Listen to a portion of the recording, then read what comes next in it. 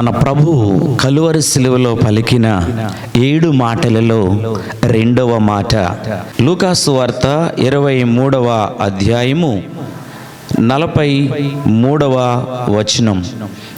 అందుకైన వానితో, నేడు నీవు నాతో కూడా పరదైసులో ఉందువని నిశ్చయముగా నీతో చెప్పుచున్నానెను. ప్రియ దేవుని బిడ్డలారా, యేసుక్రీస్తు ప్రభువారిని సిలువ వేసినప్పుడు ఆ సిలువలో కుడివైపున ఒకరిని, ఎడం వైపున ఒకరిని కూడా సిలువ వేశారు. అందులో ఒక ఆయన ఇలా అన్నాడు, నీవు దేవుని కుమారుడు అయితే నిన్ను రక్షించుకుని నన్ను కూడా మమ్మును కూడా రక్షించుమని అన్నాడు. మరొక దొంగ, మరొక వ్యక్తి ఇలా అంటున్నాడు, నీవు నీ రాజ్యంతో వచ్చినప్పుడు నన్ను జ్ఞాపకం చేసుకోమని మరొక వ్యక్తి అడిగాడు.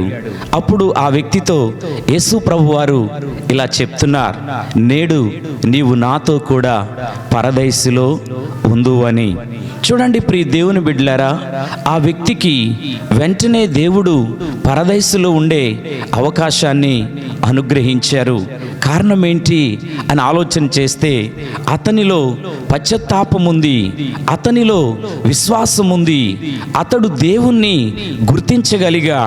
దేవుని యొక్క విశ్వాసం, దేవుని యొక్క జననం, దేవుని యొక్క మరణం, దేవుని యొక్క పునరుత్థానం, దేవుని యొక్క 2వ రాకడను కూడా ఆ దొంగ గుర్తించగలిగి 2వ రాకడను గూర్చి ఆ వ్యక్తి మాట్లాడుతున్నాడు.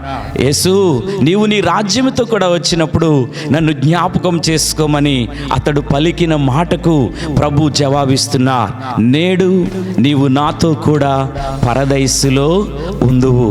అవునండి, పరలోకానికి, పరదైసుకు మార్గం ఎవరనంటే మనం ఆరాధిస్తున్న మన రక్షకుడు, మన కొరకై సిలువ వేయబడిన ప్రభు, మన కొరకై గాయాలు పొందిన ప్రభు, ఆయనే మనకు మార్గమై ఉన్నారు. యోహాను సువార్త ఈ రీతిగా ఆయన సెలవిచ్చారు. యోహాను సువార్త 14వ అధ్యాయము 6వ వచనములో, నేనే మార్గమును, నేనే సత్యమును, నేనే జీవమును, నా ద్వారా తప్ప ఎవడును తండ్రి యొద్దకు చేరలేడు అని.